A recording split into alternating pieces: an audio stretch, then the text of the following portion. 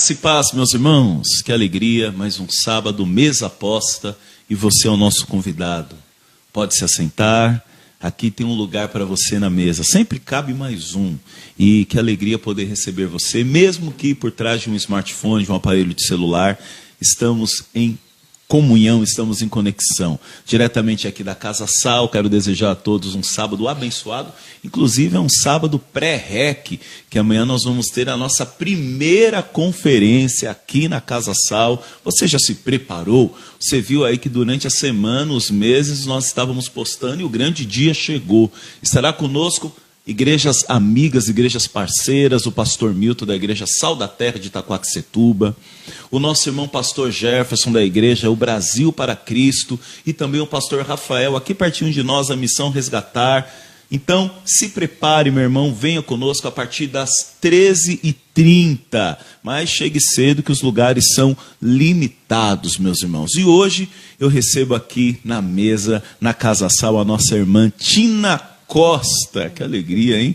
Ela que é palestrante, educadora social, mentora, consultora e aqui, acima de tudo, uma mulher que através do seu chamado tem impactado milhares de vidas. Eu creio que também nós vamos ser impactados com esse bate-papo. Seja bem-vinda, minha irmã Tina Costa. Amém. Muito obrigada aí pela oportunidade. Muita coisa, né, nesse currículo aí. Eu costumo dizer que apesar de tudo, o que mais me acalenta é saber que meu melhor título é ser uma filha amada de Deus. Esse lugar tá bom. Esse lugar tá bom. Tá ótimo. Tá ótimo. Talvez a pergunta agora vai ser um pouco autorreflexiva, mas a gente vai por esse caminho. Quem é a Tina Costa? Eu tô com 53 anos. Demorei todo esse tempo para entender que eu sou uma composteira. Eu sempre uso essa metáfora. Composteira? Eu sou uma composteira. A vida, no início, ela não foi muito generosa, assim, no sentido de acolhimento. Eu cheguei num mundo muito violento. Fui gerada com muita violência, cresci com muita violência. E aí eu entendi que todo esse lixo que foi sendo jogado dentro de mim, eu tinha que fazer alguma coisa. E de uma forma muito intuitiva, e hoje eu sei que sempre com Cristo, sim, eu fui ensinada pelo próprio Espírito Santo a tornar esse lixo em um bom adubo. Então, desde pequenininha eu tinha essa prerrogativa, sabe? Assim, eu pensava assim, o mundo tem que ser melhor.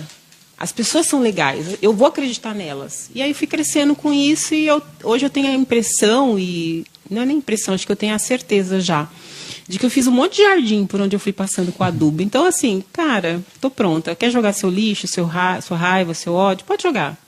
Não vai ter efeito, sabe? Porque o jardim mora dentro de mim, tá escondido dentro de mim, entendeu? Então, é um processo de ressignificar a dor? O tempo todo. Eu não consigo desistir de acreditar que o mundo é um lugar muito bom, mesmo com as pancadas. E olha que foi pancada, viu?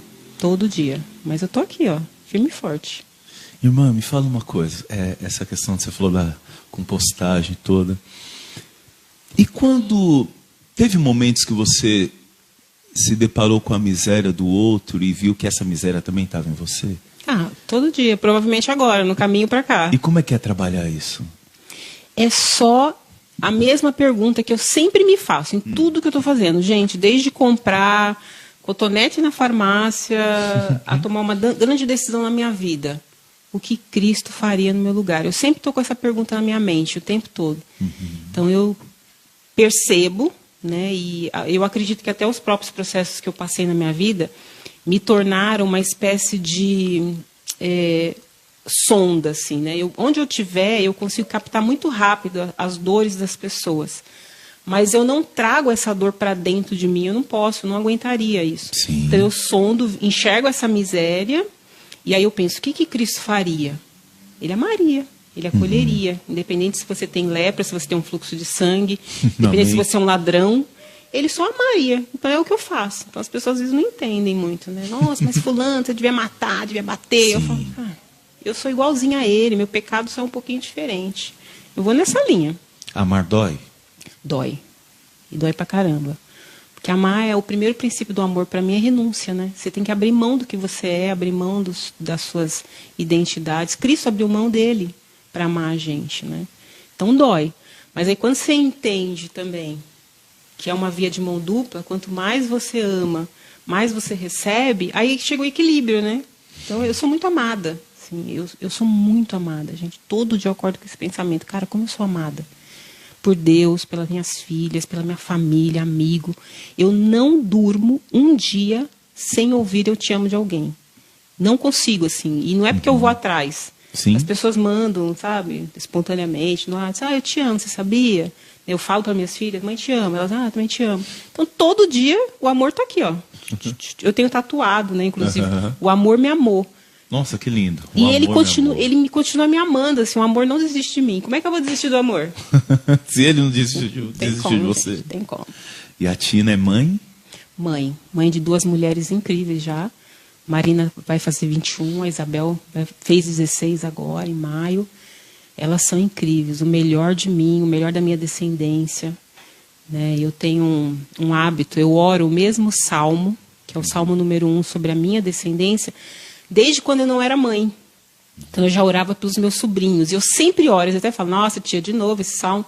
Toda reunião de família eu oro. E eu olho para elas, elas são as minhas árvores plantadas junto a ribeiros de água. Cara, elas são incríveis, assim, sabe? Eu olho, eu tenho muito orgulho. Cara, além de bonitas pra caramba, porque herdaram a boa genética da mãe. Mas elas são muito inteligentes, muito, assim, prontas para viver o que Deus tem para elas, sabe? Eu fiz um bom trabalho ali. Muito bonito.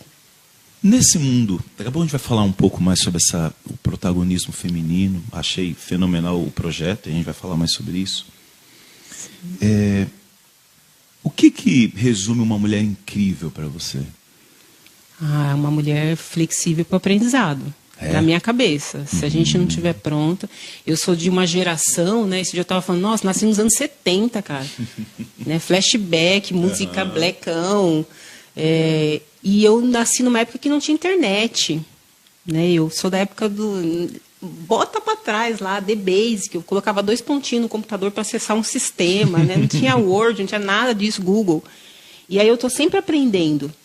Tanto na área profissional como na área espiritual. Eu sempre me coloco no lugar de aprendiz. Eu tenho alguma coisa para aprender com vocês hoje aqui. E eu estou sempre nesse lugar. O que dá para aprender aqui, que dá para reciclar melhor o que eu já sei, para eu poder retribuir para o mundo. Então, para mim, uma mulher incrível, ela tem que estar nesse lugar. Ela não pode saber tudo, porque não tem como, mas ela tem que estar disposta a aprender. Né? Entendi. E aí é a hora também de entender que dá para recalcular a rota, se perdoar. Eu tomei uma decisão errada, não fiz um casamento legal, né? Não tomei a decisão certa da minha profissão. Só respira, não desiste, descansa, recalcula a rota e começa de novo. Enquanto tiver vida, dá para a gente começar. Então, para mim é isso, aprender e recomeçar, quantas vezes for necessário. Você se deparou com muitas mulheres que pararam, esqueceram de recalcular a rota? Muitas, infelizmente. Tem um monte de mulher. A Bíblia fala, né, que ele levou cativo o cativeiro, né?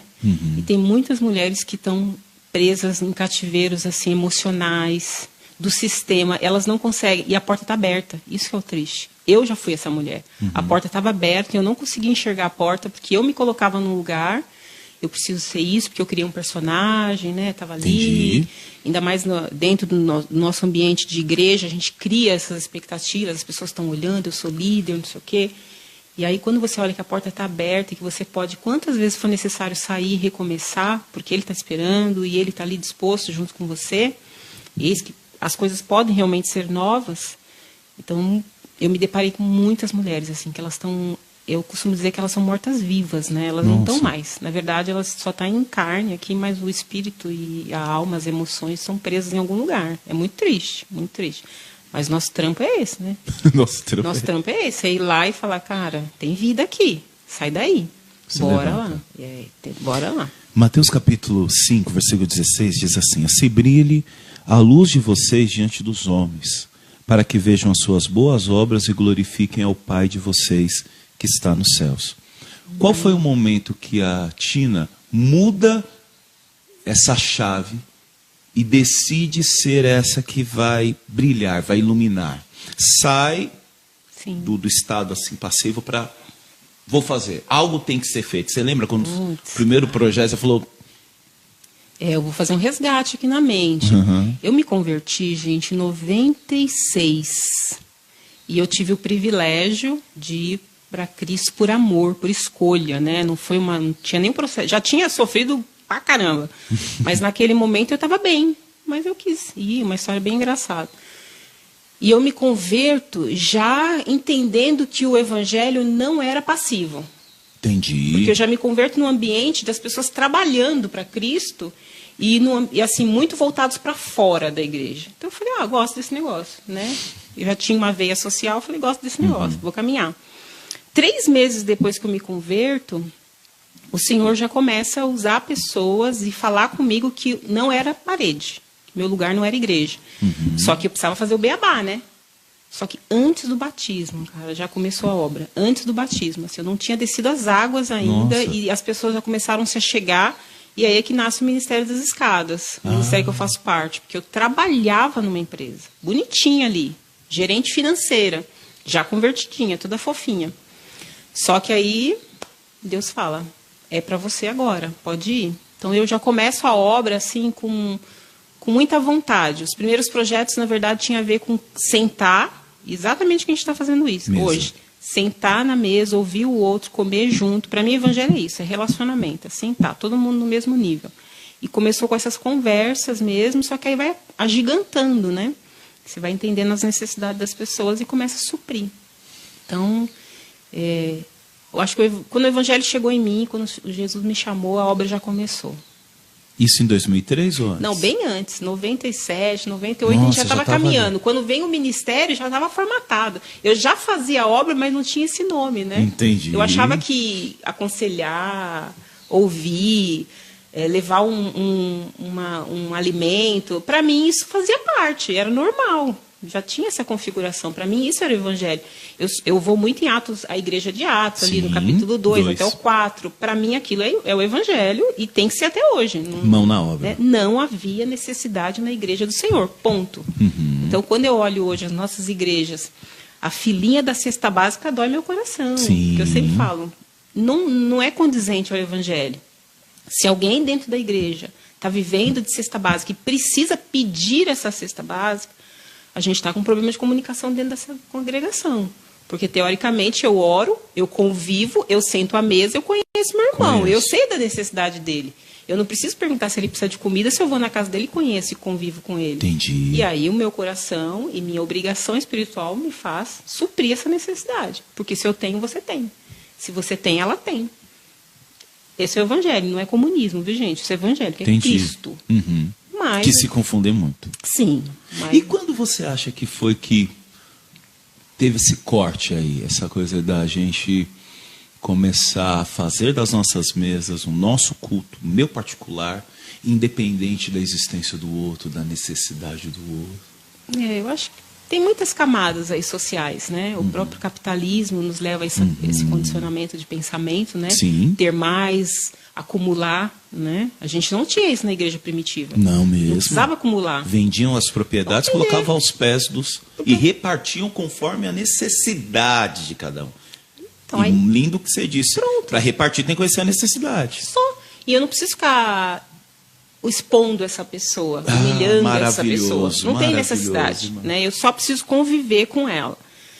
Mas e Cristo também já falou, né? Gente, não precisa ter 2 túnicas, não. Uma só resolve o problema. Se te pedirem uma, né? Também, né? Então, tá tudo ali no Evangelho. Mas eu acredito que as pessoas começaram a temer pela escassez. Né? Porque a gente também não vamos ignorar as condições políticas. A gente vive num país, né, que vive em crises financeiras, a gente já passou por grandes crises de grana, então a gente tem medo, né? A gente foi de uma geração da inflação, lembra? O preço de manhã era de tarde era outro, veio o Collor, acabou com o nosso dinheiro. Então, assim, a gente está sempre com medo de não ter a colheita de amanhã. Mas a Bíblia não fala que a gente não deveria se preocupar? Que a cada dia cabe o seu mal? Né? Cada dia cabe o seu mal, gente. O amanhã já recebeu ordem a nosso respeito. Ele já sabe que lá na frente ele precisa suprir a nossa necessidade. Glória. O amanhã que tem que se preocupar, não sou eu. Só que aí as pessoas ficam nisso, né? Não, eu preciso de carreira, eu preciso subir, eu preciso estudar, eu preciso de grana, eu preciso. E aí foca só no seu umbiguinho, né? E aí o irmão, eu vou lá e faço uma caridade, eu já dizimei, eu já consegui dar uma oferta, né?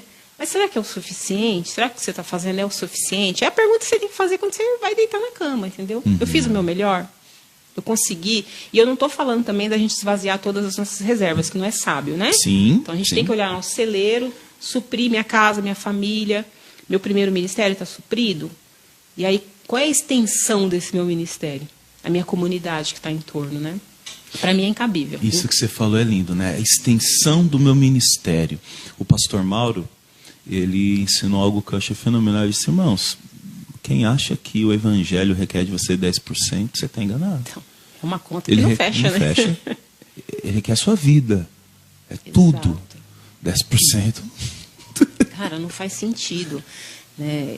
Eu trabalho com projetos sociais há 20 anos e aí lido com públicos muito diferenciados, com herdeiros, pessoas que têm vidas milionárias. Aí você olha aquilo e fala, cara, essa conta não fecha, cara. Como é que alguém está viajando 4, 5 vezes no ano para Dubai, tem iate? E aí eu vou na comunidade do Savoizinho, onde eu trabalho há mais de 10 anos, e as pessoas moram em papelão, não tem banheiro. A conta não fecha. Então essa conta não fecha, não nesse mundo. E algumas dessas pessoas que eu estou falando que viajam são cristãs. Conhecem o Evangelho de Cristo. Então, assim, não faz sentido. Então, assim, eu não vou mentir. Tem dias que eu durmo chorando mesmo, que eu falo, Cristo, me ensina como é que faz isso. Né? Como é que a gente faz isso sem se corromper, sem ficar alienado, sem virar o João Batista da vida jogando gafanhoto nas pessoas. Porque tem dia que eu tenho vontade de jogar uns gafanhotos no povo. Gente, pelo amor de Deus. Né? Pastores viajando de jatinho. Aí eu falo, não dá. Então eu resolvi assim, o que dá para eu fazer? Eu faço meu trabalho de formiguinha. Vou fazendo o meu, vou tentando convencer as pessoas do que está escrito na Bíblia, né? Olha, aqui, aliás, quem convence é o Espírito Santo. Eu falo, está escrito aqui, ó. Se você quiser seguir, é esse evangelho que eu acredito. Muito próprio o nome do Ministério Escada. Pois é. Ele nasce, eu trabalhava no site, a gente sempre fala isso, eu trabalhava no site currículo.com.br. Ah, é? Famoso site. Eu era gerente financeira. Cheguei lá de uma forma muito curiosa, muito espiritual, Deus que me levou para lá. E eu falei, eu vou ficar 3 meses nessa empresa. Fiquei 6 anos. E quando eu chego lá, eu lembro que eu colei o esmilinguido no meu computador para poder ficar um pouquinho mais próximo de Deus, né? Que eu tava, o ambiente era... Lembra do esmilinguido? Eu colei assim, né? Um adesivo. Você lembra do esmilinguido? Era, muito fofinho, né? Era um ambiente meio opressor, espiritualmente falando. Era. E aí eu colei esmilinguido assim, né? E aí um dos donos da empresa olhou para mim e falou assim, nossa, você acredita nesse Jesus?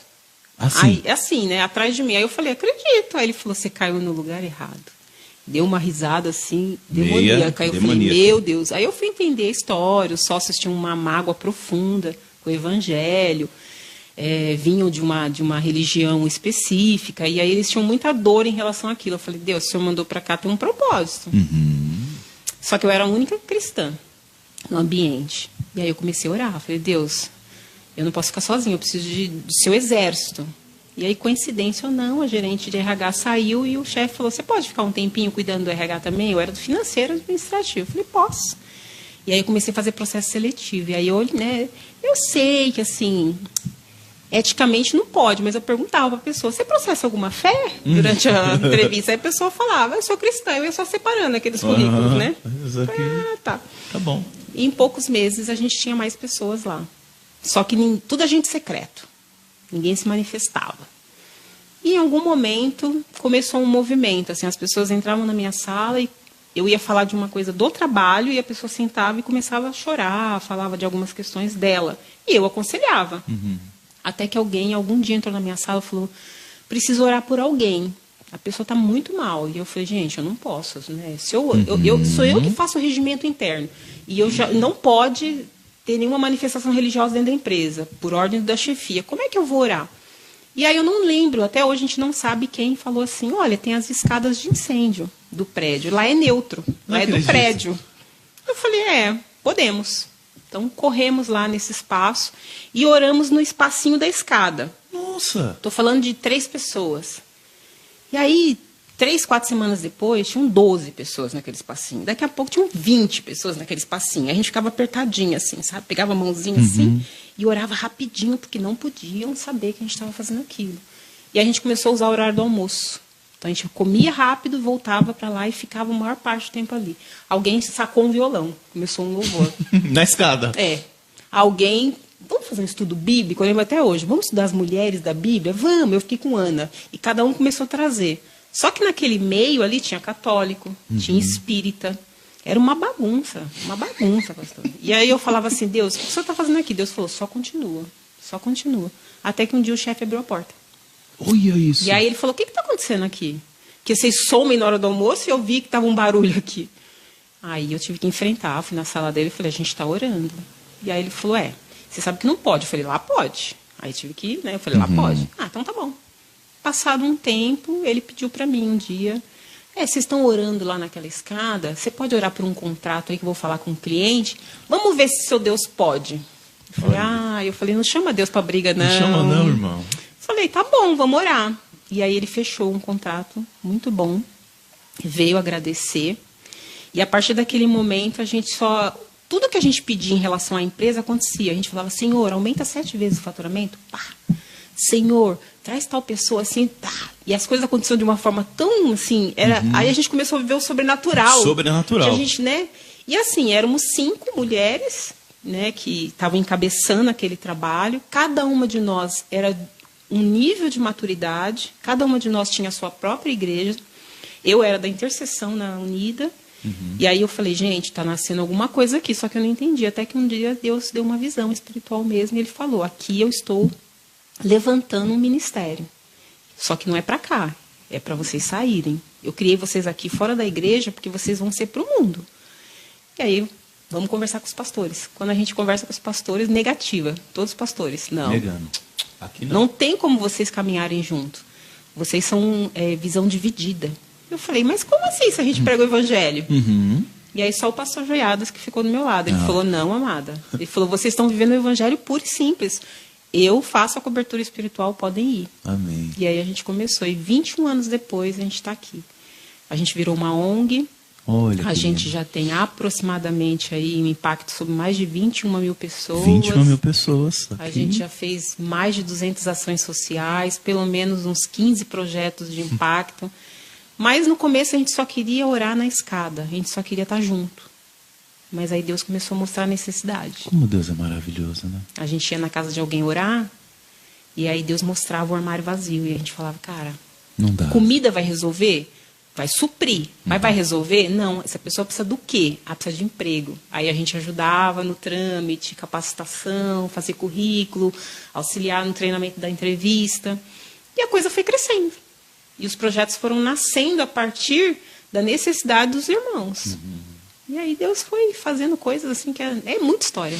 A gente já foi em muito lugar, cara. Cracolândia, Leprosário. Leprosário? A gente já foi no Leprosário, fizemos um trabalho incrível no Leprosário, em Itu, que é horrível aquele lugar, né? Jesus, só misericórdia.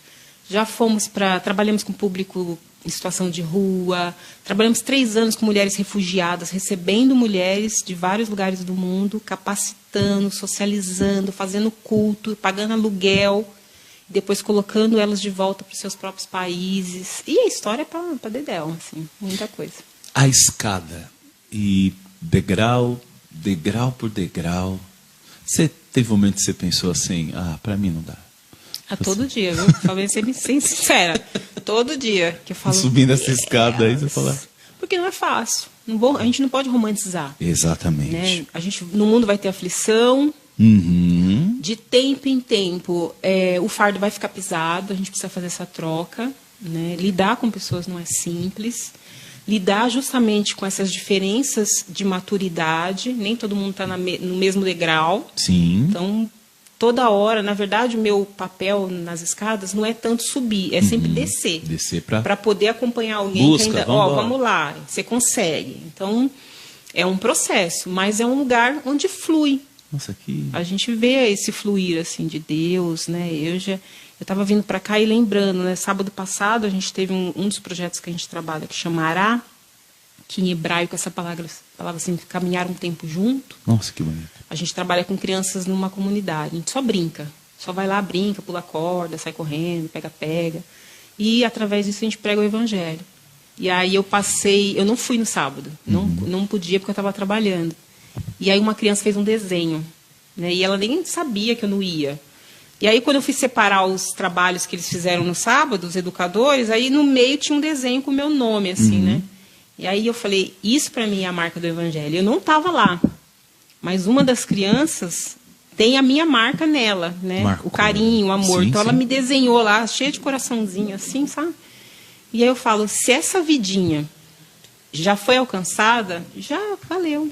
Entendeu? Valeu 53 anos de vida, o olhinho delas como brilha, assim, sabe? Então, é pouquinho. O Evangelho, ele não é show, estardalhaço. Cristo nunca foi, né? É no... Ele até fugia, até. Exato. Eu estava lendo antes de ontem, né? Quando ele pega o barco, vai tentar ficar um pouco mais longe, um pouco mais silencioso. Mas do Evangelho, assim, uma das passagens que eu mais amo ainda é, né, a mulher de Samaria ali no poço. Nossa, esse diálogo, sabe? Só ele e a pessoa ali, esse momento que não tem plateia, não tem ninguém ouvindo. Manda até os discípulos comprar comida. Só eu e você. Então, hoje o meu papel na escada é muito esse. Assim, às vezes está acontecendo um monte de coisa na ação, e aí Deus faz aquele, né? Parece um sondar, assim. Aí ele fala, aquela pessoa. Então, você vai naquela, às vezes é uma criança, às vezes é um idoso, às vezes é uma mulher. É uma conversa. É só aquele momento, assim, eu, ele e o poço, e a pessoa, entendeu? Eu acho que eu nem sei qual que é meu papel, né? Eu só vou. Então, tá. Falando da mulher samaritana, projeto Café das Marias. Café das Marias. Eu fiquei impactado aqui nos Pois bastidores. Então, a ONG já vinha aí com quase 15 anos que a gente vinha trabalhando com vários públicos. E a gente testou esses públicos para ver o que Deus também queria. Onde Deus mandava, a gente ia. E aí, em 2017 para 2018, a gente senta e fala, não, vamos dar uma segmentada e vamos focar. E vamos trabalhar um período com 2 tipos de público. E aí vem as crianças, com Ará, né, que a gente trabalha basicamente a brincadeira e os sonhos. Essa criança tem direito de sonhar. Né, então, e como que ela sonha? Se ela tem fome, não tem banheiro. Então, a gente trabalha muito profundamente as questões do desenvolvimento comunitário, tem diálogos com a prefeitura, com atores do território. Que legal. Trabalha com comitê, né, coletivo, traz a galera para discutir os problemas e como que a gente resolve isso. Mas o pano de fundo é brincar com as crianças, né, porque é eles que vão ficar naquele território. E aí nasce o Café das Marias, no mesmo ano. Então, vamos trabalhar com crianças e mulheres, que são as 2 bases que a gente encara que são necessárias por conta das casas, dos lares. E o café nasceu de uma forma muito assim espontânea. A gente estava na reunião. 2018. A gente estava em reunião da ONG e 2 das meninas da ONG, Thaís e Michele. A gente fez, sabe aquela dinâmica do café mundial, que a gente chama? A gente separa as pessoas em pequenos grupos, elas discutem e depois traz para o maior, né? Elas ficaram num pequeno grupo delas. E aí, quando elas trouxeram, a gente perguntou para cada um, o que vocês querem trabalhar esse ano? Eu quero trabalhar com criança, eu quero trabalhar com criança. Legal, nasceu o Ará. E vocês? Aí elas viram para mim e falaram assim, a gente queria trabalhar com violência doméstica. E aí eu no auge da minha sabedoria, sendo mulher, neste país, paguei o maior mico da minha história. Eu viro para elas e falo assim, mas a gente não tem nada com essa temática. A gente não tem conexão com essa temática. Nossa. E aí, naquela hora, o próprio Espírito Santo falou, tem certeza? Olha para trás. Aí, quando eu olho para trás, eu venho de uma família que tinha muita violência doméstica, meus pais, meus avós. E eu estava num casamento que estava desconfortável. E aí as meninas propõem, vamos para casa, vamos fazer um estudo sobre o tema, daqui um mês a gente senta e conversa. Um mês depois, quando a gente sentou, eu gabaritei. E assim, quando eu fui estudar, caiu a ficha. Falei, cara, eu estou sofrendo violência doméstica. E aí as meninas começaram, eu estou sofrendo, eu já sofri muito. Meu Deus. E aí a gente falou, bom, pera lá, se nós que somos instruídas, estamos trabalhando no social há quase 15 anos, a gente conhece o Evangelho, a gente não se deu conta do tamanho desse problema, imagina quem não tem acesso. E aí então o café nasce da nossa indignação, porque a gente fala, a gente tem que fazer alguma coisa.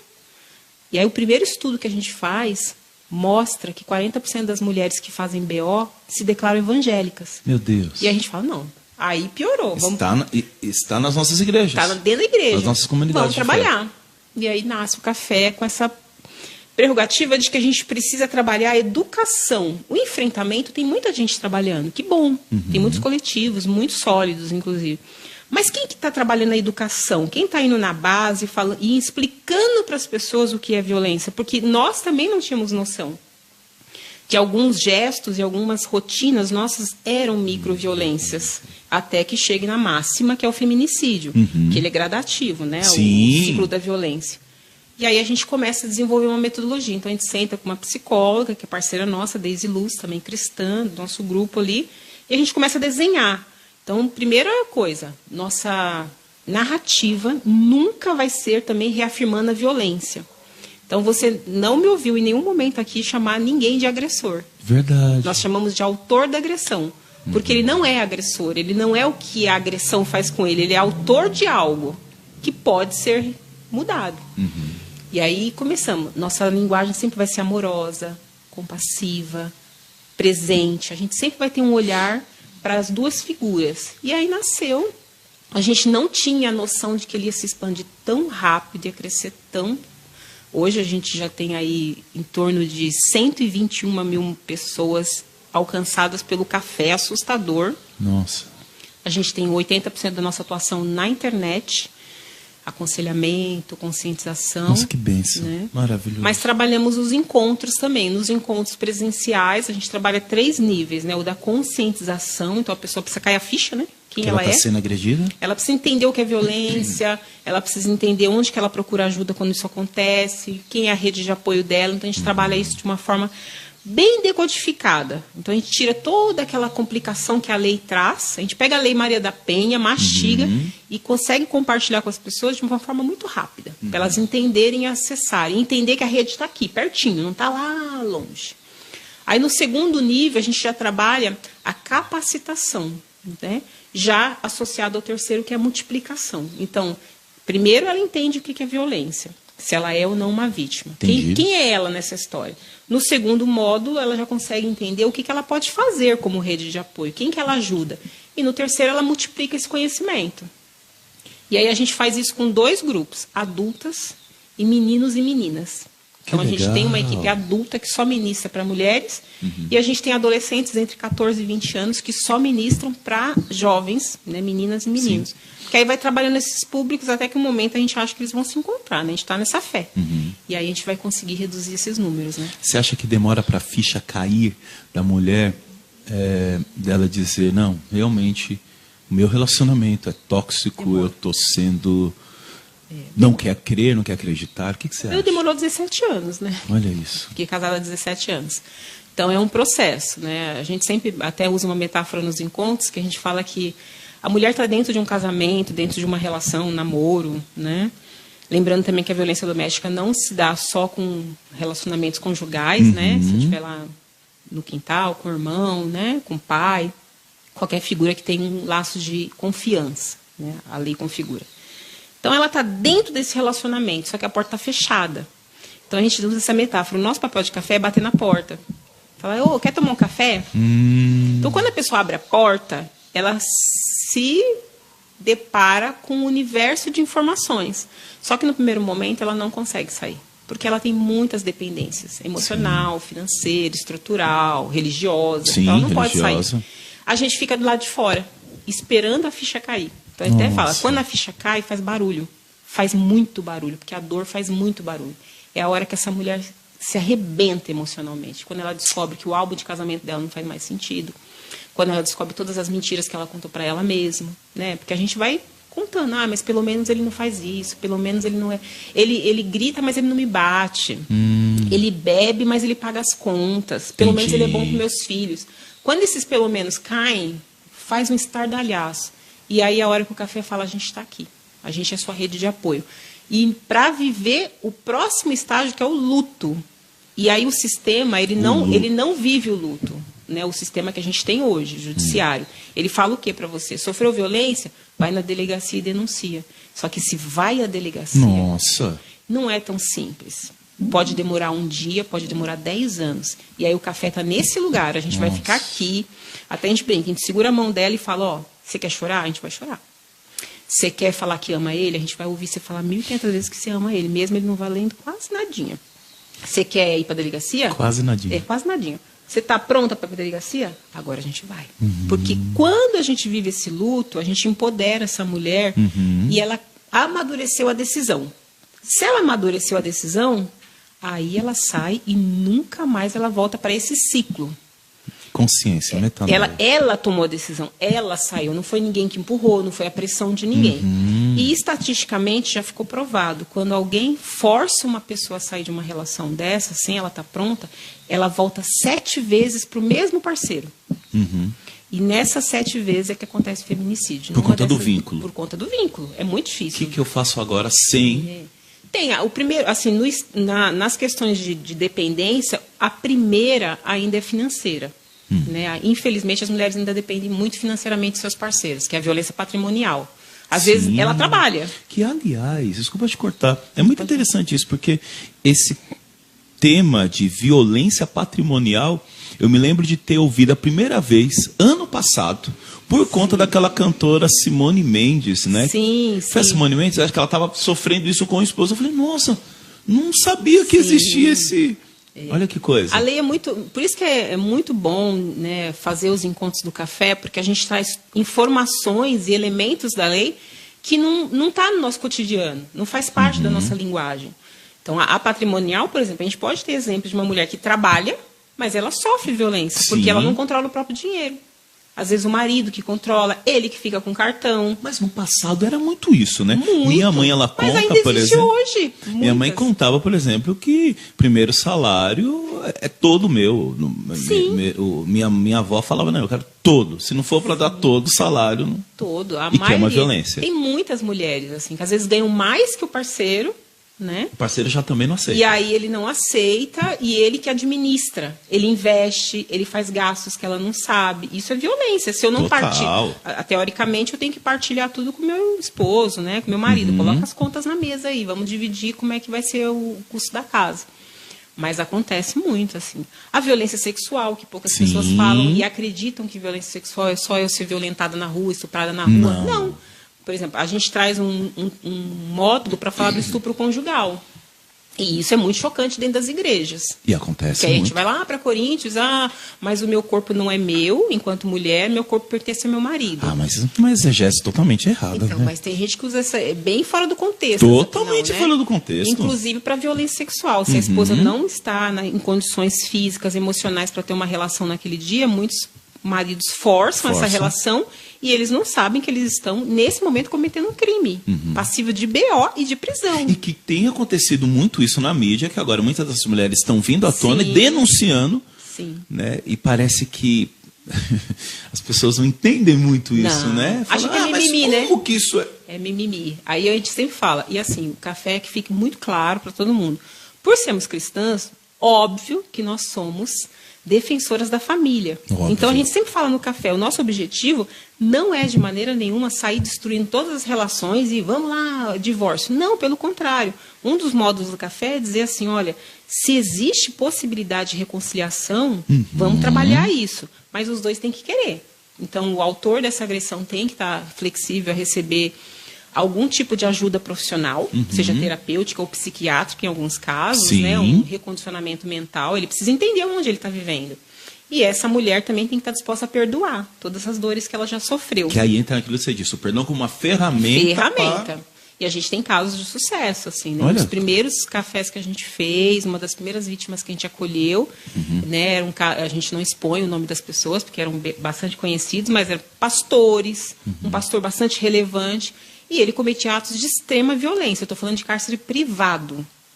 E isso, às vezes, o pastor, o evangelista, o diácono, sim, o ele prendeu uma mulher num quarto com pão e água grávida, com corrente, porque ele tinha muito ciúme dela, só soltava para ir para o culto. E no culto, todo mundo normal. E ela não contando aquilo para ninguém. Quando ela traz essa situação para a gente, ela pergunta, como que eu lido com isso? Porque tinha passado essa situação, ele não fazia mais isso, mas a mágoa estava ali dentro dela. Claro. E o medo dele. E aí a gente propõe ajuda para os dois. Eles ficam separados, divorciados por alguns anos. Ele procura ajuda, ele consegue ter esse insight, entender todas as coisas que ele fez, pedir perdão para ela, eles voltaram, casaram novamente, estão muito bem hoje em Aleluia. dia. Quando a gente olha assim, a gente fala, funciona, né? Funciona o negócio. Mas precisa dessa clareza. Se eu não jogo luz, a sombra vai ficar ali reinando. E somos luz do mundo. Então, nosso papel é esse. Nós denunciamos a violência. É muito lindo isso que você está falando, que a gente estava conversando com uma cantora daqui, que é a Julinha, ela está fazendo faculdade, ela vai ser obstetrista, né, amor? E aí ela trouxe em pauta um dado, que depois seria muito bom, depois você trocar uma figurinha com ela, acho que vai ser maravilhoso. Porque ela tá... E aí eu falei, olha, Júlia, eu acho que a nossa missão já está clara, nós somos luz. Então essa possibilidade que a gente tem de dissipar algumas trevas, sim, e entender, né? Nem entender, mas eu acho que o nosso ministério às vezes a gente perde muito tempo querendo entender e esquece de conhecer a pessoa. Exato. Né? Às vezes a gente quer colocar a nossa lente no outro. Nós temos as nossas convicções, mas você querer colocar a nossa forma de visão... Não dá. Não dá. Não dá. Agora tem algo muito interessante aí. Porque você disse assim, tem o cair, achei magnífico isso, o cair da ficha faz barulho. Faz barulho. E quando, eu creio eu também, que quando você vai conversar com o autor, faz barulho quando ele entende que ele é o agressor? Sim, faz. E aí? O maior exemplo que eu tive foi, nós tivemos um convite do café para ministrar na Cracolândia, para homens. Na Cracolândia? Dentro da Cracolândia. E aí tinha um projeto da prefeitura, que fazia aquele CT, né, acho que é centro de alguma coisa, que eles só tomam banho, comem, né? Aí eles falaram, tem um intervalo entre eles tomarem banho e almoçar, que eles ficam ansiosos. Vocês topam fazer um café das Marias para os homens? Falei, bora. Engraçado isso, café das Marias para os homens. Falei, bora mas lá. Eles têm que... Mas... Eles têm que estar. E assim, até o nome, né? Café, porque a gente gosta muito de café no ministério, mas também porque café é íntimo. Né? Dificilmente você toma café com inimigo, né? Eu vou passar um café, um ato íntimo, de vou passar amor. Um café, é íntimo, né? Então a gente fala, é uma coisa, tem que ser intimista. E aí a gente foi. Quando eu chego lá, gente, a equipe toda do café era de mulheres, né? Nós temos homens que são acionados para a rede de apoio para o autor, porque é totalmente diferente. O acolhimento de uma mulher não é o mesmo de um homem, nem pode ser. Precisa da figura do homem para acolher outro homem. Abordagens diferentes. Mas essa primeira abordagem a gente poderia fazer. Agora, para acolher, tem que ser homem. E aí vai um monte de mulher, tudo bonitinha lá, né? Com as camisetinhas do café. Aí quando eu chego ali, tinham 40 homens olhando para mim. Todos com aquela postura bem receptiva, né? Braço cruzado, olhando feio. E aí eu falei, Jesus. E eu tenho essa sensação, eu segurando o microfone, olhando para eles e pensando assim, Espírito Santo, e agora? É eu e tu. Eu não sabia nem por onde começar. Eu tinha toda uma narrativa para a mulher. Falei, a gente se propôs a estar aqui. Foi o primeiro café que a gente se viu assim, com autores, porque a gente já tinha feito testes com pastores, com lideranças. A gente chamou um primeiro café para homens para entender a mente do homem e para poder construir a metodologia. Mas agora está na frente do autor, não. Meu Deus. E aí o Espírito Santo sussurrou no meu ouvido. Eles não são homens. Eles são meninos. E aí, eu até arrepia. Aí eu olhei assim, eu falei... Aí eu comecei. Eu falei, como é que é o nome da sua mãe? Como é que é o nome da mulher que te deu peito? Como é que... Aí eu fui perguntando para eles, como é que é o nome da mulher que você tem a memória mais antiga? Ah, minha avó Maria, não sei quem. E eles foram trazendo essas mulheres. Eu falei, essas mulheres sofreram violência? Elas apanharam? E aí, deu 5 minutos, 40 homens viraram 40 meninos chorando. Nossa. Eles começaram a chorar, assim, sabe? E a gente deu aquele espaço para eles chorarem, para eles se desarmarem. E aí, quando eles se desarmaram, ficou fácil. Porque aí a gente começou a trazer o que vocês estão fazendo com as suas atuais parceiras é o que foi feito lá atrás com as suas avós, com as suas mães. Não doía quando vocês viam? Dói na gente. E aí a gente começou a contar as nossas histórias, trazer as ferramentas do café. Eu lembro que foi um dos cafés mais fáceis de fazer. E aí no final eles ficavam com vergonha, né? De abraçar a gente, eles não conseguiam tocar na gente. Aí eu fui lá e comecei a abraçar eles assim, e aí eles choravam no ombro. E uns falavam assim, eu não quero mais fazer isso, como é que eu faço? E aí é a hora que falta serviço para indicar. Entendi. Que a gente não tem hoje. De falar, vai em tal lugar. E aí a gente começou, a gente tem lá uns 3, 4 psicólogos que estão dispostos a trabalhar, a gente tem caminho. Você não quer mais? Não quero mais bater na minha parceira, na minha esposa. Então tá aqui, tem um caminho. Mas precisa ser um trabalho contínuo. Você não muda a configuração de uma pessoa com um encontro, você não muda tudo que ela tem como culturalmente normal, porque está impregnado, né, da noite para o dia. E aí é a hora que a gente fala, o café tem que ser feito nas escolas, nas creches, em todo lugar, principalmente com crianças, para que eles vão crescendo já entendendo que a resposta não é violência. Porque nós somos criados com a resposta é a violência. Então, é uma configuração.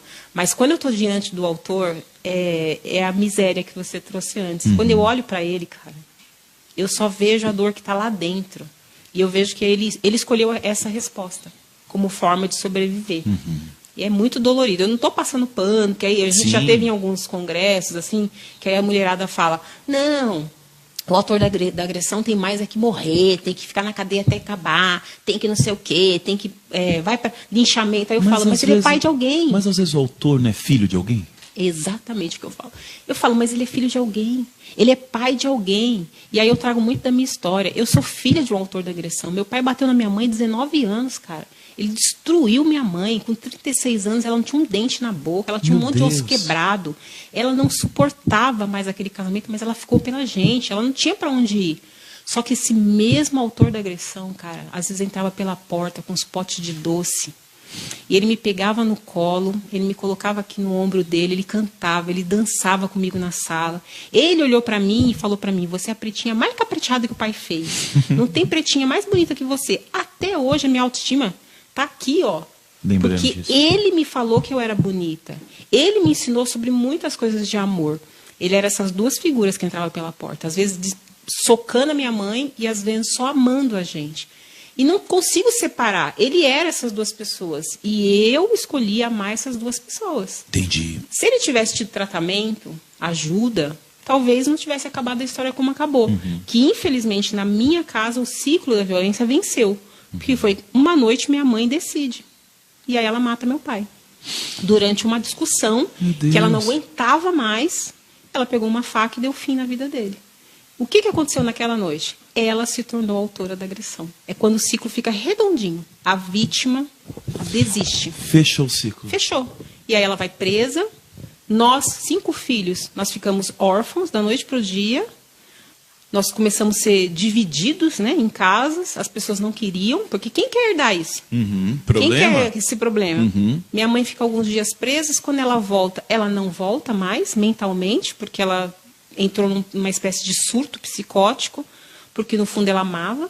Então ela só ficava 24 horas chamando meu pai. Cadê o amor da minha vida? Cadê o dito? Cadê o dito? Cadê meu amor? A gente já não tinha mais mãe nem pai. Essa é a verdade. Sim.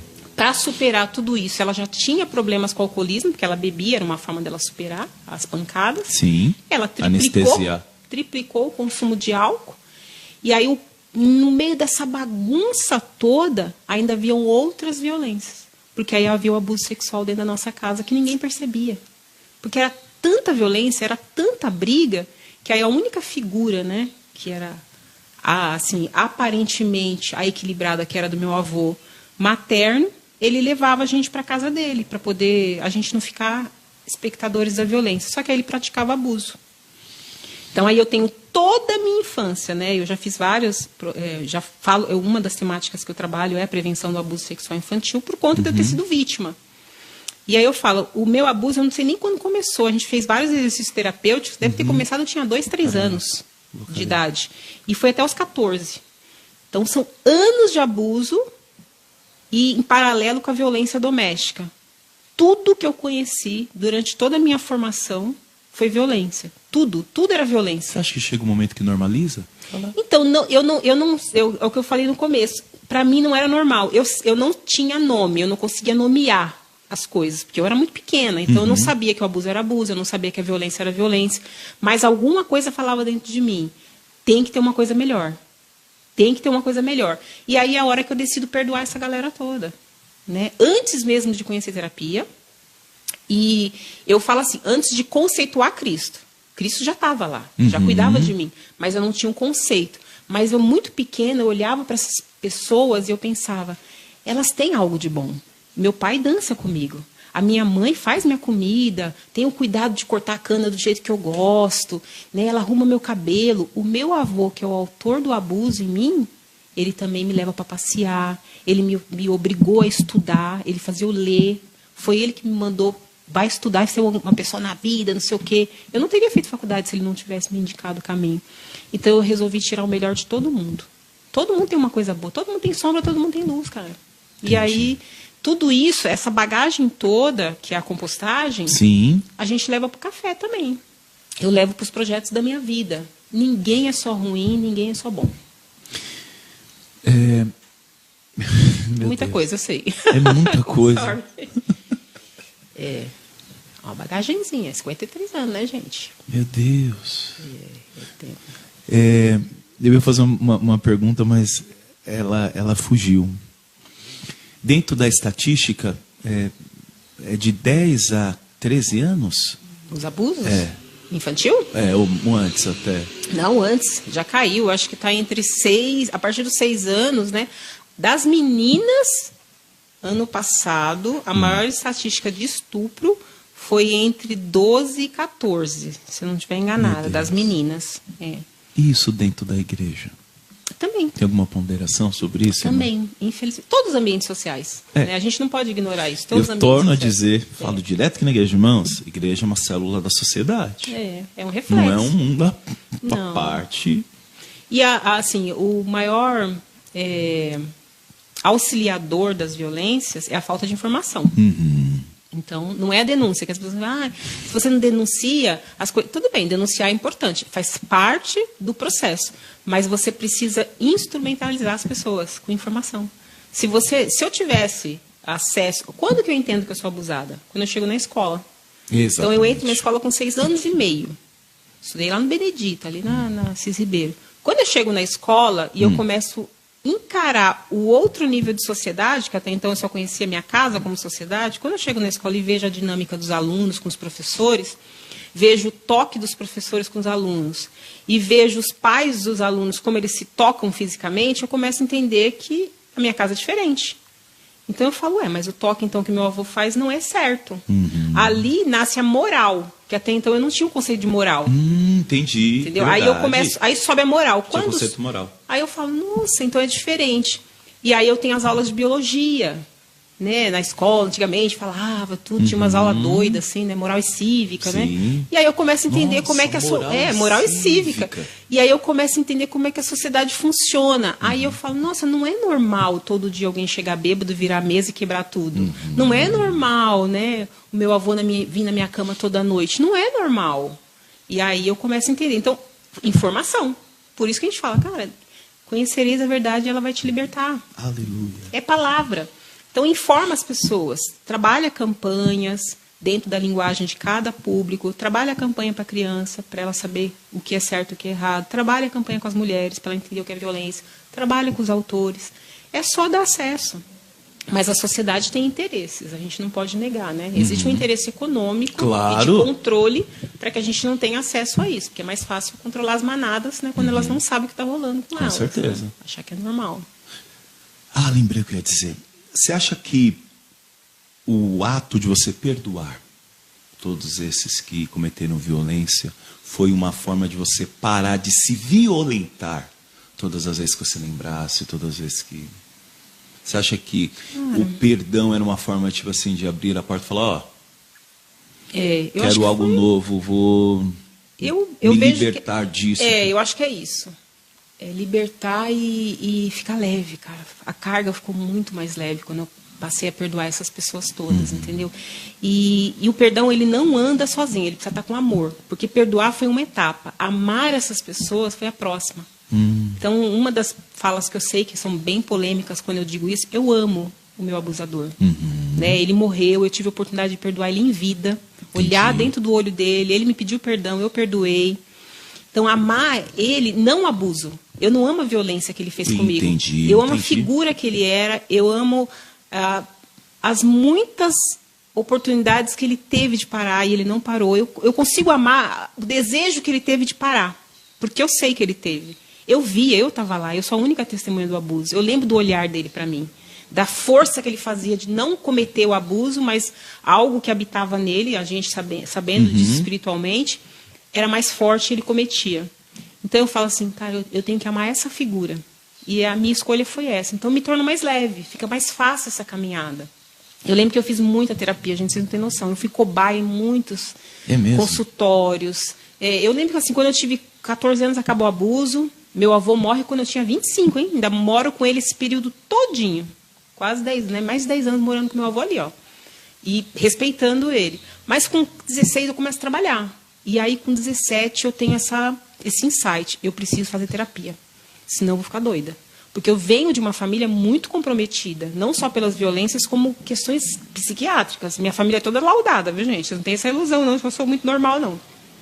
E aí eu falo, eu vou fazer uma terapia. E quando eu chego nos consultórios, quando eu chego nos terapeutas, eu contava a minha história, eles insistentemente achavam que eu tinha muita raiva guardada. E que isso tinha que vir para fora para eu poder me libertar. Só que não tinha raiva. Não tinha. Por quê? Porque eu já tinha escolhido perdoar. Então eles ficavam cavando uma coisa que não existia em mim. Entendi. Isso foi eu fui muito cobaia de muitas técnicas, né? E quando eu conheço Cristo, com 24 para 25 anos, aí tudo faz sentido. Aí, sabe, eu lembro de uma conversa muito particular com Deus. E eu tive essa conversa. Falei, Deus, só fiz uma pergunta. Por que eu? É uma pergunta que a gente carrega às vezes lá dentro, né? Por que eu? E aí eu lembro dessa conversa, na sala, conversando com Deus sozinha. E o Espírito Santo falou assim, porque você aguentava. Ele falou, não foi uma escolha nossa. Né? As pessoas que estavam ao seu redor, elas tinham livre-arbítrio. E o que habitava nelas era muito mal. Mas a gente te guardou. Você poderia ter tido tantos outros caminhos. Eu poderia ter tido uma gravidez na adolescência. Poderia ter acontecido muito. Eu poderia ter morrido. Muitas outras coisas. O Espírito Santo falou, você suportou. E porque você suportou, você foi aprovada. Só que agora tem uma missão. Entendi. Né? Tem um trabalho com essa dor. Né? Então, por isso que eu falo. A dor que eu sofri não foi porque é legal, quero ser Marte. Não. É porque legal, quero ser Marte. Eu quero ser Marte hoje, sou eu. Faz uma estátua aí. Não. É porque realmente alguém precisava fazer essa denúncia. Jogar a luz. Sim. Né? Então, minha missão hoje é jogar a luz nessas trevas. Assim, eu estou sempre olhando. Né? Não foi fácil ter 2 filhas mulheres. Né? Porque Deus é bem-humorado, Ele me dá 2 filhas mulheres. Então, no começo foi muito complexo ser mãe delas, porque eu estava sempre em alerta. Era isso que eu ia sempre perguntar, vigiando, né? Aí vem Deus de novo e fala, filha, fique em paz, não vai acontecer mais, você já fechou o ciclo, você quebrou. Quando você me aceitou, você quebrou o ciclo. Entendi. Falei, tá bom. Então, hoje em dia, eu empoderei elas, dei informação, dei acesso, elas sabem como se defender. Então, hoje eu sigo em paz, assim, não tenho esse peso todo, né? Não choro, que as pessoas falam, você não chora quando você conta essa história? Eu falo, cara, ele pagou meu preço já. Aleluia.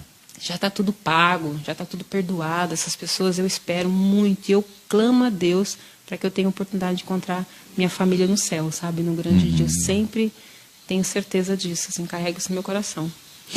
Uma pessoa que está sofrendo abusos, ela dá sinais? Mesmo que não sendo sonoros. Sim, dá. Como, eu estou falando comunidade de fé mesmo, nos cultos, como identificar, como... Sim, então, as pessoas, elas não são padronizadas. A gente precisa tomar cuidado um pouco, porque é óbvio que tem algumas coisas que são um pouco mais coletivas, né? Mas eu mesmo não fui uma criança que dei muitos sinais. A gente espera que uma criança que está sendo principalmente violentada, que ela fique introspectiva, que ela fique mais amuada, mais calada, mais agressiva, às vezes, né, no dia a dia, nos desenhos, nas expressões, que ela pare de comer, ela tenha dificuldade em dormir, que ela, às vezes, tem um retrocesso, volta a fazer xixi na cama. Tem alguns sinais que vão mostrar que ela está desconfortável. Ela não quer abraçar as pessoas, não quer socializar, não quer ir para o colo das pessoas. E aí tem o outro lado. Eu fui mais para o outro lado. Eu era muito expansiva. Então, é o exagero, né? Eu era muito alegre, eu era muito falante. Eu queria estar em todos os lugares ao mesmo tempo. Eu queria ser a colega de todo mundo. Eu queria ser a que leva maçã para a professora. Eu queria ser a estrela. Porque, na verdade, eu estava gritando por socorro. Então, o tempo todo, eu queria que as pessoas olhassem para mim. Vejam. Olhem para mim. Porque eu não tinha o conceito. Eu não sabia o que estava acontecendo, mas eu queria que as pessoas me ajudassem. E aí eu lembro que eu chegava na escola, eu falava o tempo todo, gente. Minha mãe era chamada toda hora na escola, porque eu não parava de falar uma aula. Eu virava para os coleguinhas, aula rolando, e eu assim, ó, o tempo todo, que eu queria que olhassem para mim. E aí as pessoas, mas por que você nunca falou? Talvez eu tenha falado, talvez eu tenha desenhado, mas as pessoas falavam assim, nossa, ela é tagarela demais, ela é expansiva demais, ela é super social. Entendi. Né? E eu sentava no colo das pessoas, eu fazia carinho, porque eu ainda não entendia que aquilo era errado. Entendi. Eu era muito afetuosa, eu era muito carinhosa fisicamente, porque eu não entendia. Para mim era uma coisa só, gente. Minha mãe apanhava. Então, parece que é né? Mas são duas violências, elas não dialogam. Eu fui formada na violência. Então, como meu pai batia na minha mãe de noite, e de manhã ela fazia a mesa do café da manhã, sorrindo, e aí ela beijava ele, porque eles eram muito afetuosos fisicamente, sabe? Aí ela beijava, oi, bem, bom dia. E eu ficava olhando, assim, com 3 aninhos eu olhava, ela com o olho roxo, e sorrindo, beijava ele, eles se abraçavam. Às vezes eles dançavam na cozinha. Aí eu pensava assim, pequenininha, nossa, mas ela estava chorando ontem à noite. Ah, mas deve ser assim. Então eu fui formando meu conceito de amor, que a violência era o amor. Para mim era uma coisa só. Então não fazia sentido eu não sentar no colo de uma pessoa que era desconfortável, porque Entendi. era uma coisa só. Até que isso foi sendo desmistificado, né? Eu fui reconstruindo o meu conceito de amor. Mas eu sou como qualquer pessoa que tem uma doença, como o alcoolismo, como a droga. A violência foi a minha doença, então eu tenho que estar sempre em vigilância. Eu sou uma adicta na violência. Então, às vezes, as pessoas começam a cometer violência comigo, no começo eu vou aceitando, porque é natural. Para mim Entendi. E aí, quando eu autorregulo, eu começo a perceber que vem o desconforto, aí eu falo, não, aí eu faço um autoexame e falo, isso não é bom para mim. E aí eu tenho que romper com aquela violência. Porque foi assim que eu acabei casada há 17 anos. Porque eu caso com uma pessoa que tinha sinais de um desequilíbrio emocional, mas para mim eu falava, não, ele vai mudar. E ainda somei com a religião, né? Deus vai mudar ele. Uhum. Eu vou orar, eu vou jejuar, vou fazer campanha, Deus vai mudar isso. Só que não mudou. E aí eu fiquei 17 anos nesse processo, nesse desconforto. Uhum. Até que o próprio Deus veio e falou, filha, não sou eu nesse negócio aí, não. Não tô aí, não. Tô aí, não, filha. Você acha que aquele versículo de Paulo, onde superabundou o pecado, superabundou a graça na tua vida, o que você acha? Total. A minha família é a prova disso. A gente, dia 18 de maio agora, a gente fez um ensaio de família, né? Porque foi aniversário do meu irmão mais velho. Ele fez 60 anos. Não foi ele fazer 60 anos, foi a gente chegar nessa idade. A minha família foi toda dizimada. Dos meus pais para trás, a gente só tem um tio. Os outros todos morreram. Todos. De forma violenta, através do alcoolismo, da violência. Então, houve uma abertura na minha família, em uma certa geração, que o inimigo entrou e ele dizimou essa família. Então, Devastou. quando ele traz a violência, a pedofilia, o vício, ele destrói. E aí a única geração que fica em pé é a minha.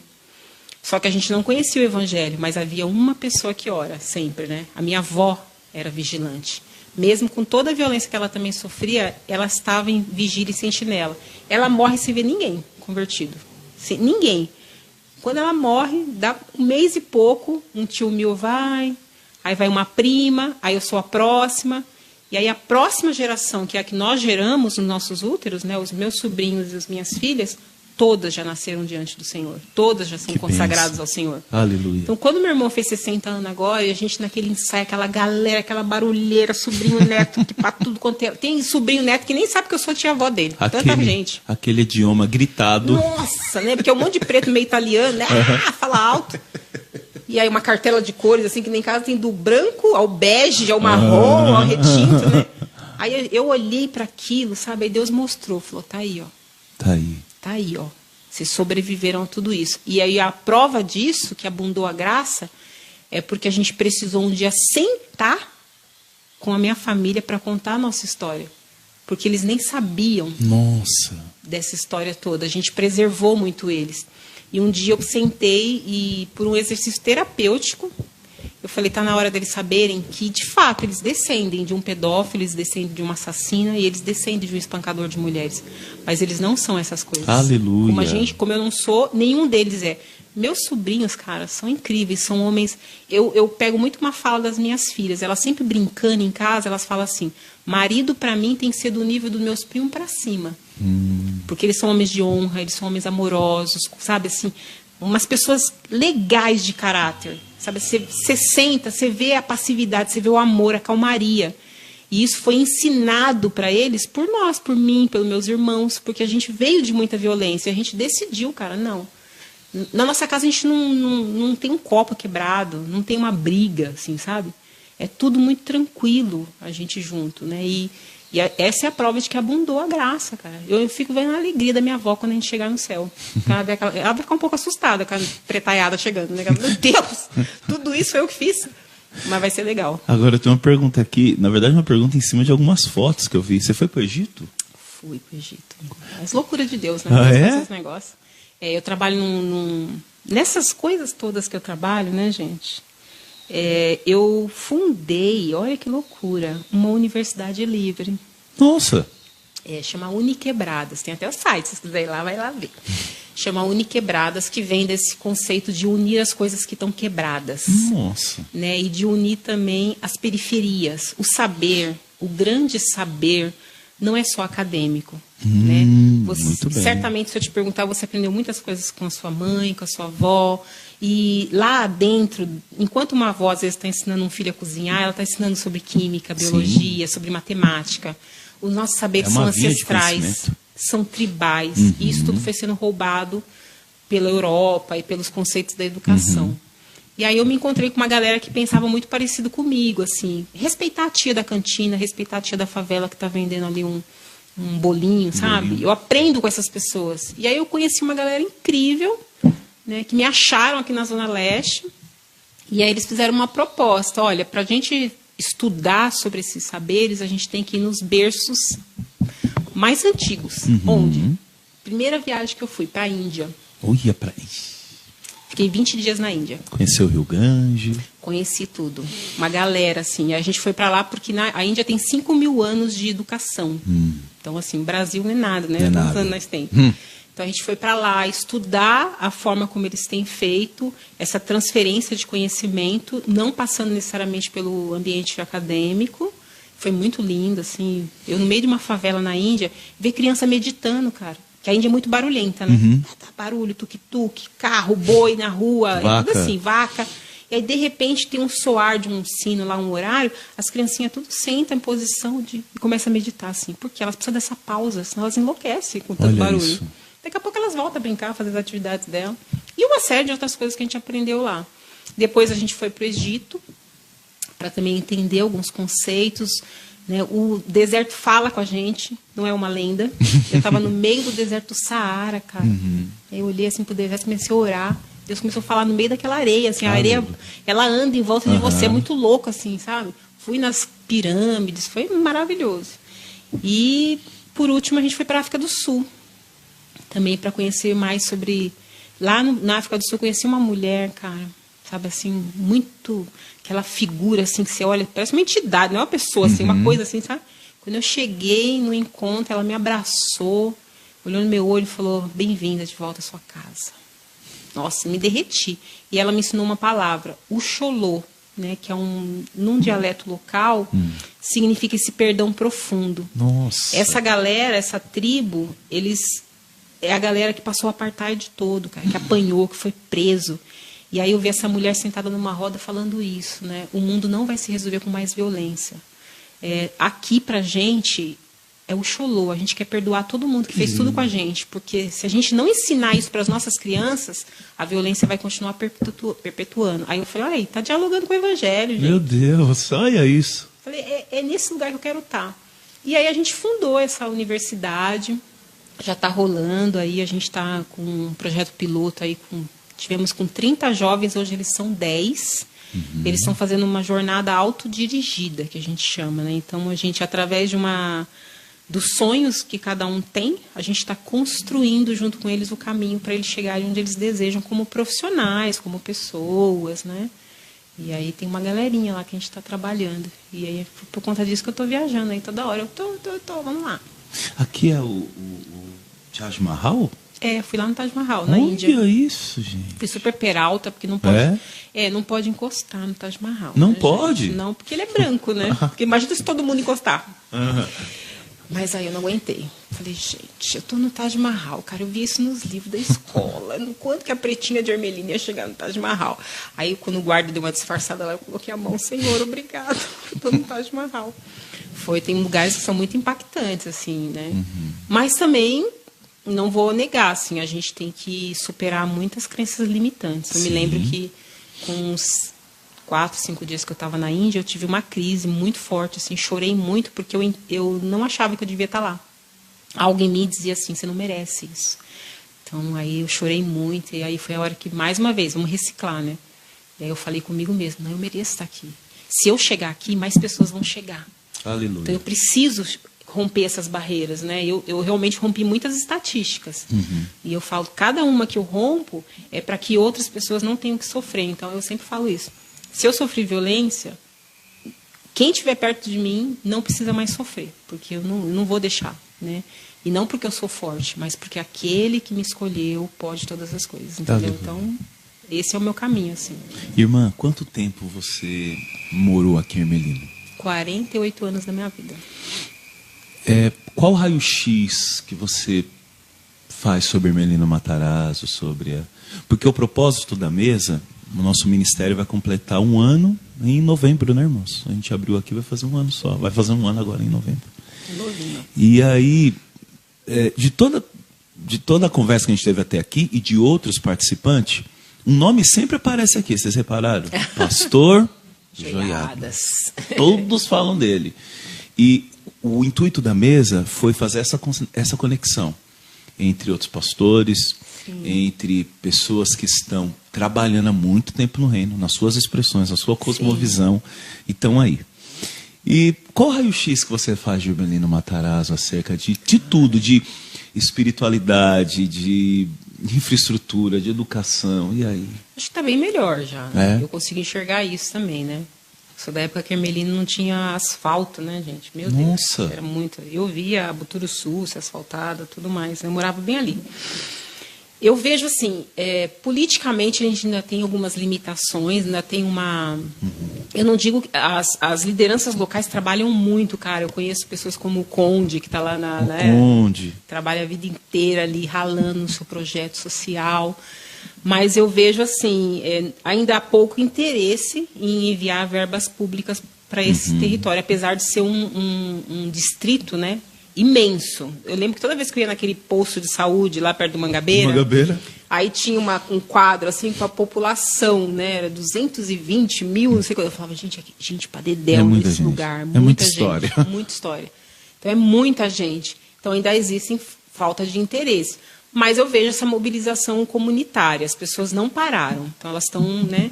A gente também não pode esquecer a história de Ermelino, a gente só nasceu por conta da fábrica, né? Antiga Matarazzo. Sim, antiga Matarazzo. Então os trabalhadores que vieram para cá, que construíram o bairro e virou uma cidade dormitório. Ela ainda tem essa característica, a maioria das pessoas saem para trabalhar. Passagem, né? É uma passagem. E ela é estratégica, né? Então... Eu acredito que, a título de política, se a gente conseguir eleger pessoas sérias nesse território, vai ter ganho. Serviços, cara, eu nunca reclamei, sabia? Eu sou uma defensora do SUS, porque eu sempre usei o SUS. Eu não reclamo, eu defendo. E quando não está bom, eu acho que a gente tem que entrar... Tem ali uma apaixonada pelo SUS. Eu sou super defensora. Cara, eu faço todos os meus exames, nunca tive problema. Sou uma defensora do CAPS, minha família é usuária do CAPS. A gente precisou do CAPS. O CAPS de Ermelino, cara, da Buturuçu, é incrível o que aquele pessoal faz com pouco recurso. Eu sempre falei... Eu reclamava tanto nas reuniões que eles falaram, vem fazer parte do conselho. Fui conselheira do CAPS nos últimos 4 anos. De tanto você reclamou. Tanto que eu reclamava. E eles falavam, vem trabalhar, tá reclamando? Agora, a título espiritual, né, é um celeiro. Ermelino é um celeiro. Né? A gente, realmente, a Unida é uma referência. Né? Quando eu me converti numa igreja bem pequenininha, no Tatuapé, chamava Chama Viva. Só fiquei uns meses lá e quando eu vim para... A gente começou a mapear Ermelino, né? Aí eu fiquei entre a Unida e a Batista, né? Da Buturuçu, do pastor Marcelo. Pastor Marcelo. Aí eu falei, qual dos 2 eu vou? Aí a gente brinca até hoje, né? Aliás, pastor Marcelo... Dá pra você vir aqui. Pô, é muito bom, pastor Marcelo. Aí o pastor Marcelo até brinca, que ele fala assim, vou te roubar dos Joiadas. Eu falo, não vai roubar não. É difícil. Porque, gente, Eu pareço muito moderninha, mas eu sou ovelha de cercado. É? Eu sou ovelhinha de cercado, eu sou Precisa de ovelhinha cuidado, manhosa, sim. cuidado. Eu sou bem assim, metódica com as coisas. E quando eu chego na Unida, o pastor Gerardo assim, foi um divisor de águas, cara. É um cara assim, ele tem uma visão do evangelho, ele está 50 anos na frente da gente. Mas todo mundo que vem aqui na mesa fala dele, Ele está é 50 incrível. anos na frente. Assim, a visão que ele... Quando eu cheguei, ele me recebeu de uma forma e ele logo falou, você não vai ficar aqui dentro de 4 paredes. Porque eu tinha, né, como tendência, eu queria um cargo, né, aquela coisa. Cheguei na igreja, me converti, batizei. Eu falei, então, o que eu vou fazer? Eu vou varrer o chão, aquela coisa que a gente quer, né? Um ministério. E ele falou, não adianta, amadas, é dali para fora. Pode viver seu evangelho. E quando eu começo a viver esse evangelho de verdade, as pessoas não aceitam. Porque aí, né, a caixinha, né? Mas ela nem vem em todos os cultos. Como? E aí tá ministrando lá na igreja, não sei das quantas. Eu vi ela no encontro de mulheres. Aí eu reclamava pro pastor Gerardo. E ele sempre respondia isso. Se eu tivesse meia dúzia de ovelha que nem ela, eu tava feliz. Então ele sempre me defendeu muito. Eu falei, cara, obrigada, pastor. Amo sua vida. Crente que não trabalha gera demanda, irmão. Entendi. E aí eu vejo, tem a comuna, né? A comunidade da graça. Sim, também o pessoal fala muito do pastor. Muito boa também. Nadinho. Meus sobrinhos são todos de lá. Sim, referência então, assim, também. E foi nas igrejas pequenininhas também, as mais tradicionais, sim. Deus e Amor. Então, assim, tem muita igreja por metro quadrado. Mas eu não vou negar, assim, sempre... A minha visão de evangelho, na minha cabeça, eu sempre falo isso. Meu sonho é que as placas realmente sejam abolidas, todas. Sim. Eu gostaria que tivesse uma lei de falar assim, nenhuma igreja mais vai ter seu próprio nome. Agora, já tem o nome. Todas... Irmã, já tem o nome. Todas são igrejas de Cristo. Amém, esse é o nome. E aí, na minha cabeça, eu falava assim, poxa, a gente não precisaria ter cada um uma bateria, cada um ter o seu equipamento de som, cada um ter sua equipe de louvor. A gente podia ter um rodízio, Irmã, podia ser uma coisa só, né? O último estudo que diz que nós superamos a quantidade de igrejas regularizadas, a quantidade de escola. Nós temos mais templos do que escola. E aí a balança. Não tá há quem diga que isso. Eu falo, não, irmãos, isso é preocupante pro reino de Deus. Isso não é bonito, não, irmãos. Então isso me assusta. Templo, parede, construção, reforma. E aí eu falo assim, cara, Emelino poderia estar num outro patamar. Mas eu sinto que espiritualmente já mudou muito a nossa região. Até em níveis de violência a gente sente isso, né? Emelino era muito estigmatizado, tinha muita violência, morte, né? Hoje a gente já vê uma redução. Por quê? Porque há uma ação espiritual, há uma vigilância ali, né? Eu acompanho muito das igrejas, sempre estão fazendo campanhas de jejum, oração, as tiazinhas do coque não param. Na Unida tem umas 70 veinhas lá, mano. Nossa. Sexta-feira de manhã elas estão lá. Tem uma irmã aqui que ela participou, também era muito bom depois de conhecê-la, a irmã Cris.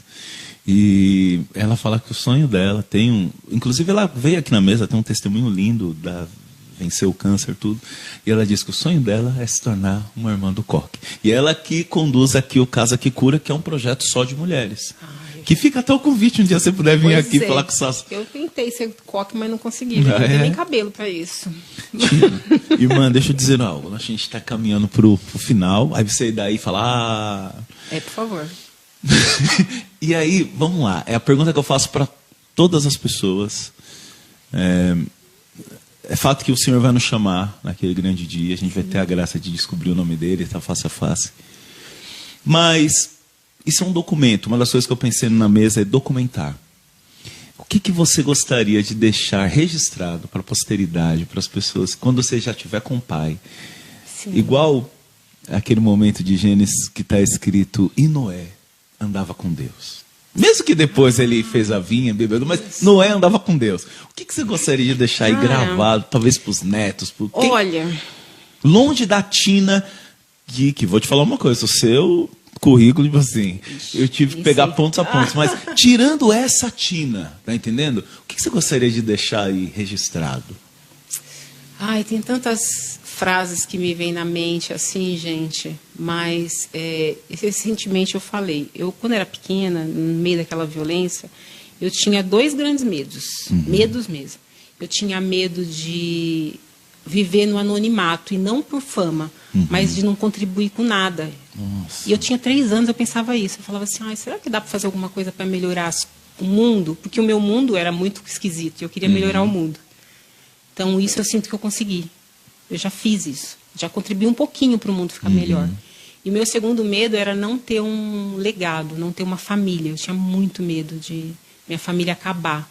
Né? Então, já foi registrado no dia 18 de maio que ela não vai acabar tão cedo, com aquela quantidade de gente.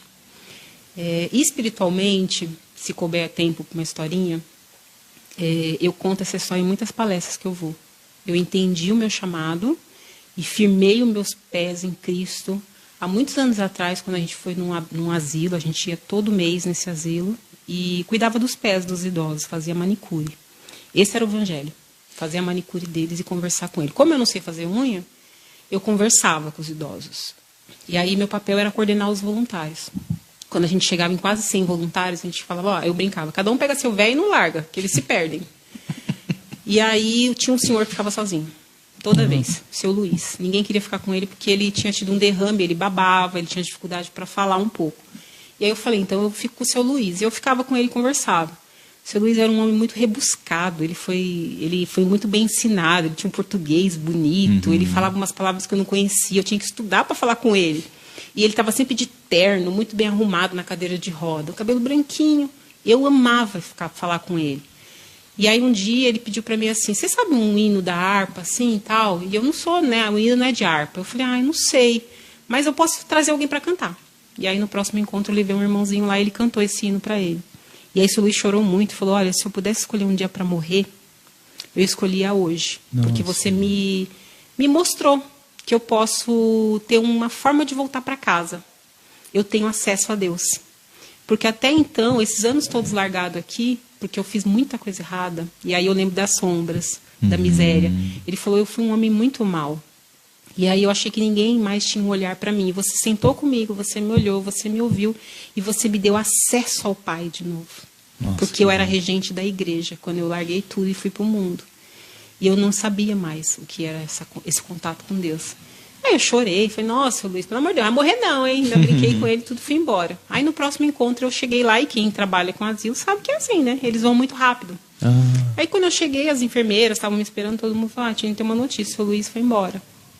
Aí chorei, falei, mas aí a enfermeira vira para mim e falou, ele deixou um recado. Eu falei, opa, que medo, né? Tipo de recado. Não, ele deixou um recado antes de morrer, eu que estava com ele na ambulância. Ele usou a melhor roupa para ir para o hospital, ele fez questão, mesmo passando mal, ele tomou um banho, se arrumou, passou perfume. Quando chegou pertinho de chegar no hospital, ele perguntou assim se eu sabia aquele louvor que você tinha cantado. E eu sei, porque eu sou cristã, não é coincidência, né? Claro que não. E ela cantou para ele. E aí disse que ele falou, pode parar a ambulância. E ela falou, não, ele está chegando. Ele falou, não, pode parar, eu não vou. Daqui eu não passo. E avisa para aquela menina magrelinha, pretinha, que eu estou indo para o meu pai. Estou voltando para casa. Agradece ela. Essa fala eu carrego para a minha vida, cara. Esse é meu chamado. Meu chamado não é falar em línguas, não é fazer coisas grandiosas. Meu chamado é sentar perto de uma pessoa que está em trevas, ouvi-la, prestar atenção nela e só sinalizar. Sabe? Tem um caminho. Ele é o caminho, ele é a verdade, ele é a vida, ele tem amor.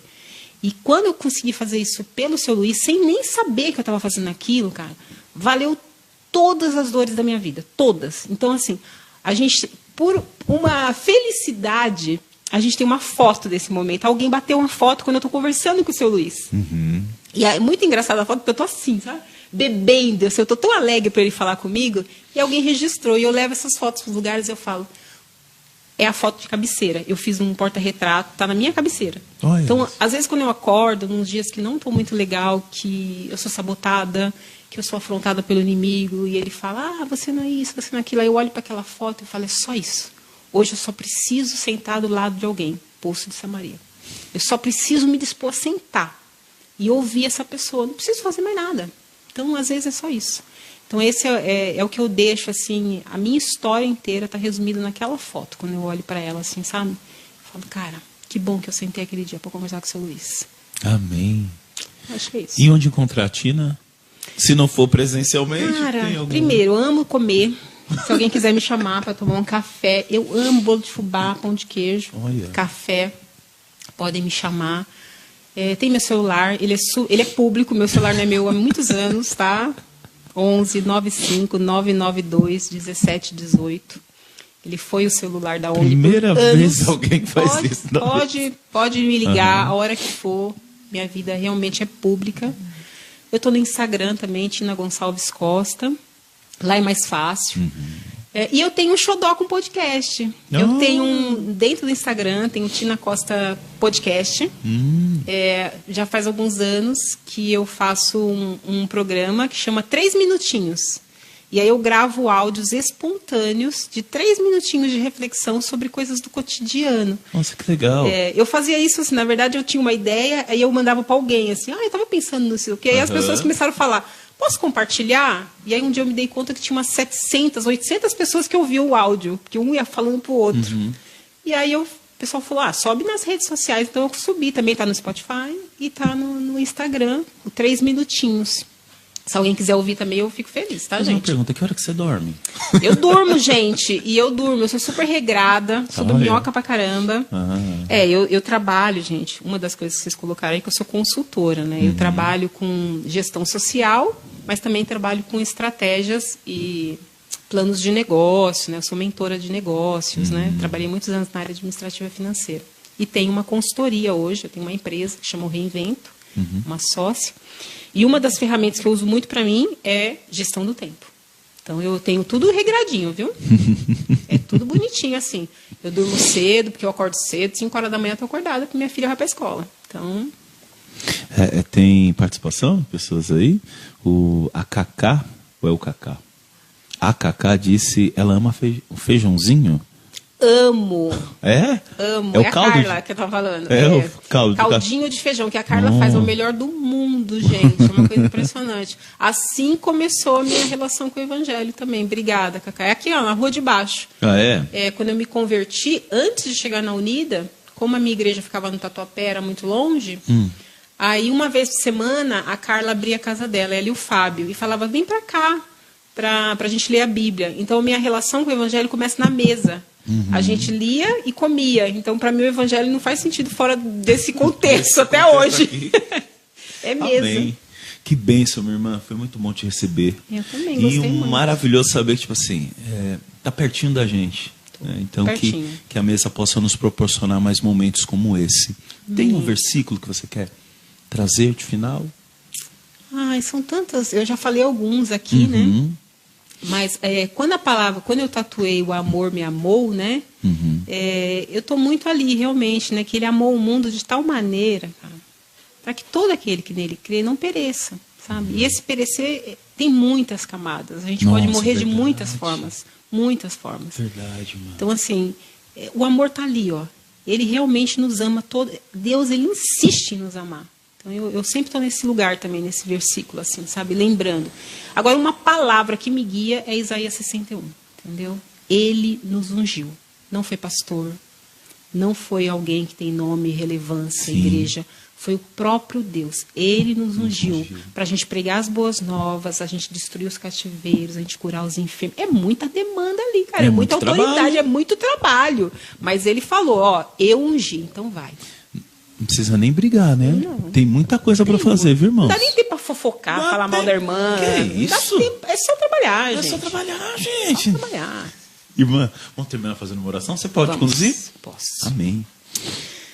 Papai Santo e querido, Abba Pai, Senhor das nossas vidas, em quem reconhecemos todo o senhorio, mas acima de tudo a paternidade. Sim. Muito obrigado, Deus, por esse tempo de conversa, de evangelho, por esse tempo de mesa, pela vida dessas pessoas.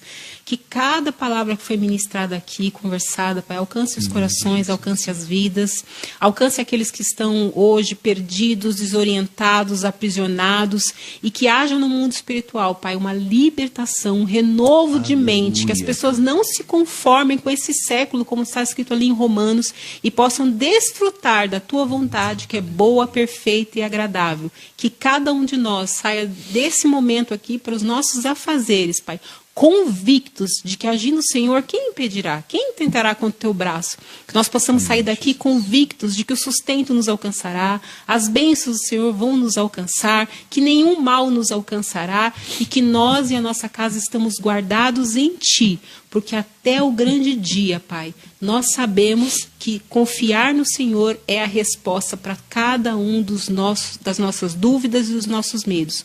Por isso eu te agradeço por esse tempo, declaro meu amor e minha dependência em Ti e bendigo o Teu santo nome que é poderoso para sempre. Em nome de Jesus que eu oro e declaro amém. Amém. Amém. Amém, meus irmãos e minhas irmãs. Fiquem na paz.